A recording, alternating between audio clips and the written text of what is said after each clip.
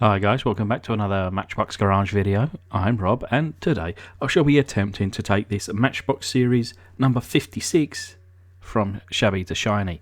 This is the Fiat 1500, and I've had this one for some time, to be honest.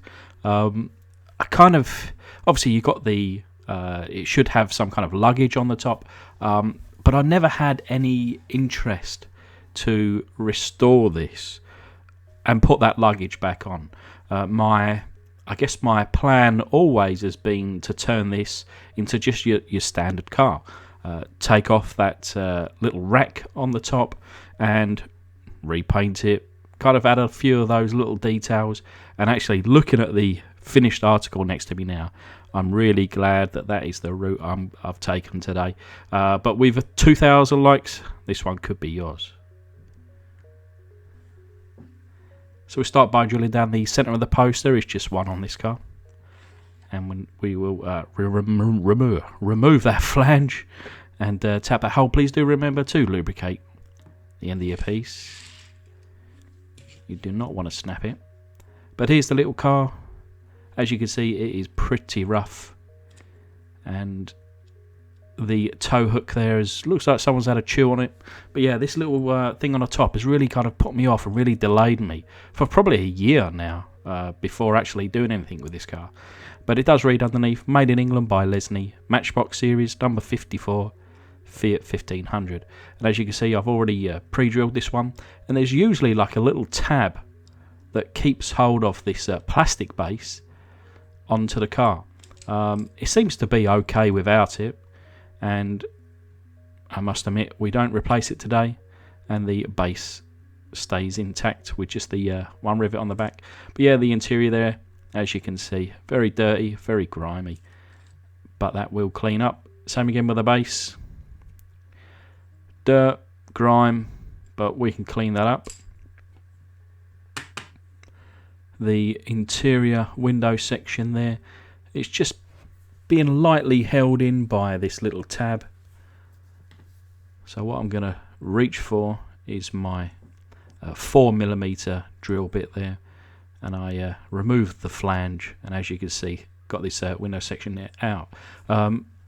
It is a lightly scratched from the outside on the front there, but thankfully it's not cracked or anything, so we'll be able to rub out that scratch and get it polished up.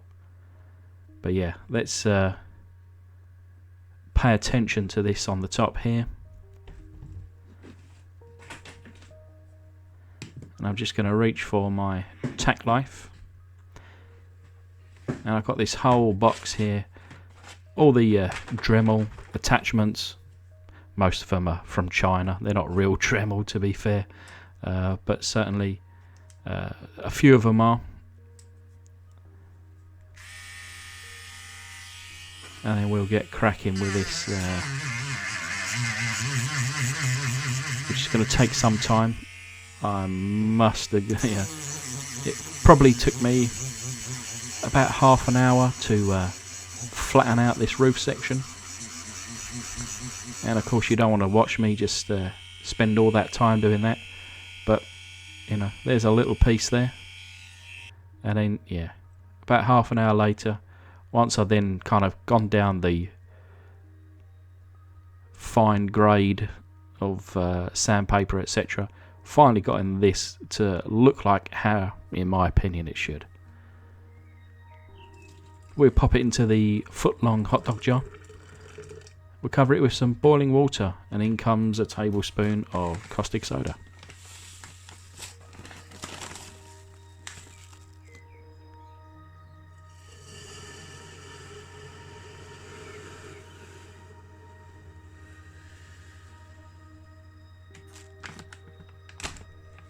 Now, I don't know whether it means anything, but I've always managed to get hold of this caustic soda on eBay, but for some reason it doesn't appear any longer for sale. So, I don't know. Maybe it's just the current climate. But, yeah, might need to find a new solution for that going forward. We'll see. This certainly have got enough for a couple of months, I guess. But yeah, as you can see here, a lot of paint coming off there straight away. It's been in for what, 15-20 seconds. giving it the old swishy swish. A lot of reaction there, and you can see all of that paint floating in the water there, but also at the bottom of the jar. And I think this is ready to be flushed. As you can see, I don't think there's any paint remaining on that.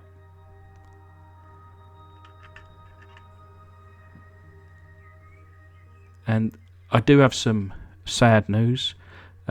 This rubber glove I have used for the last year, and yeah, sadly it is no longer with us.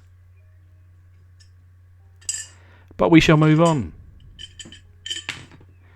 So we've got the casting here, and sure enough, yeah, less than a minute it was in that caustic solution, and look at that, 100% paint removal today.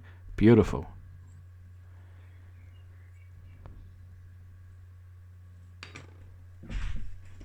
So back out with the tack knife and grab one of these steel wire attachments.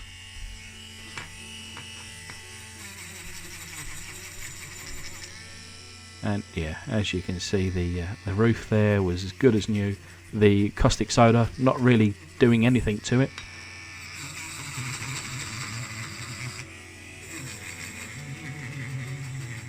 I'm going to clean up the bonnet here so that it looks exactly the same as the roof section. And there we are. So once we've done it all over, put a little bit of masking tape on the underside just to act as a little barrier for some JB weld. And with a little toothpick here, just need a tiny amount, and we'll fill in those holes.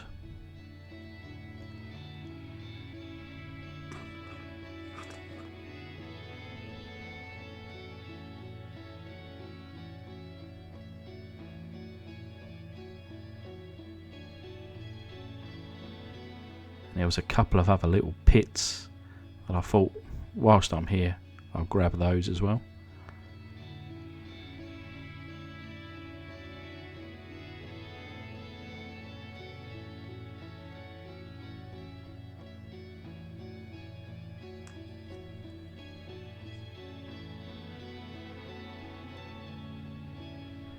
And as a bit of a first, there's some behind the scenes footage. Now I've got this, they're from a vivarium, like a heat lamps or red heat lamps, and I've put it up here. I wouldn't necessarily do this with paint because I think it would just get too hot, but with the bare casting, with this JB weld, you know, this really gets it set super fast, probably 5 or so minutes. But whilst it was curing, we've got these plastic parts now into the water, get them all cleaned off. And the base there come out alright, needs a little bit more deeper cleaning, but yeah, not a problem.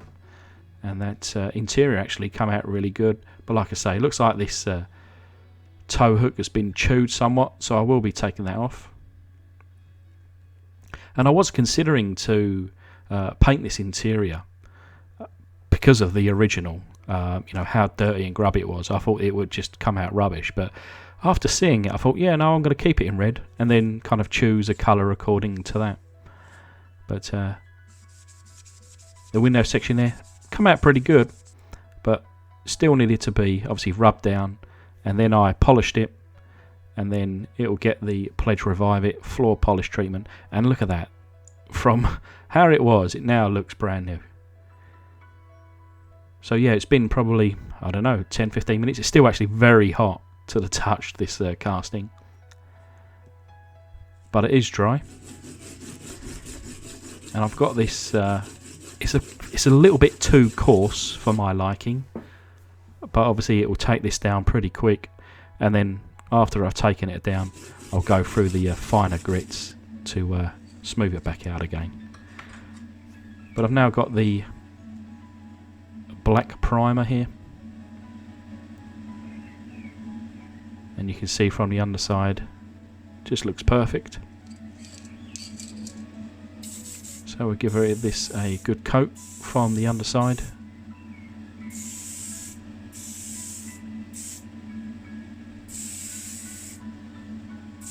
Making sure to hit every angle. But I must admit, this car in real life, the Fiat 1500, it really is one of my favourites. I think it's such a cool car. You know, very basic. You know, like when you ask a child to draw a car, they probably draw this car, you know. But yeah, I think it's such a classic design. We'll be using a mix of silver and metallic blue today. I have used the metallic blue kind of straight out of the bottle on a previous one. So just to change it up, I went with a 50-50 mix. So it's a bit of a lighter blue today. But yeah, this paint requires no thinner. Goes straight into the airbrush. Easy to clean. It's hard not to use it, to be honest.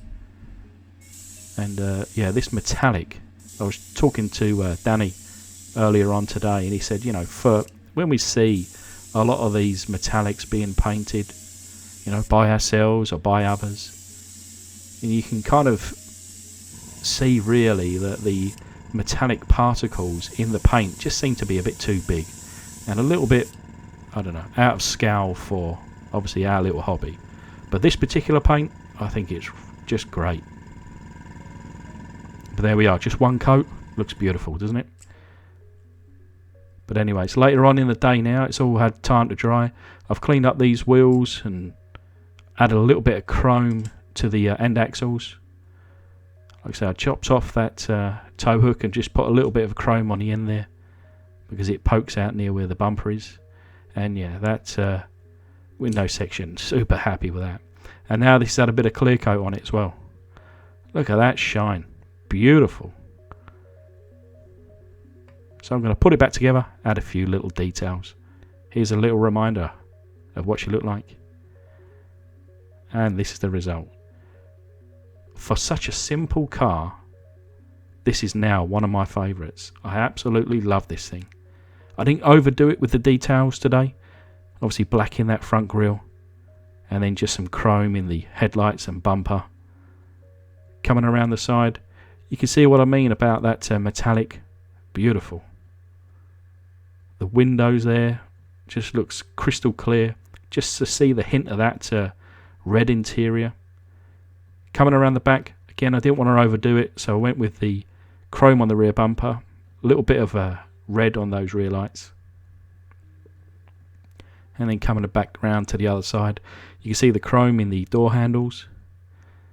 But yeah, I think the chrome on those like hubs, really, on those wheels, really suit. Super happy. Remember, with 2,000 likes, this one could be yours. I wouldn't mind keeping this one for myself, to be honest. But hey, I'm a giving person.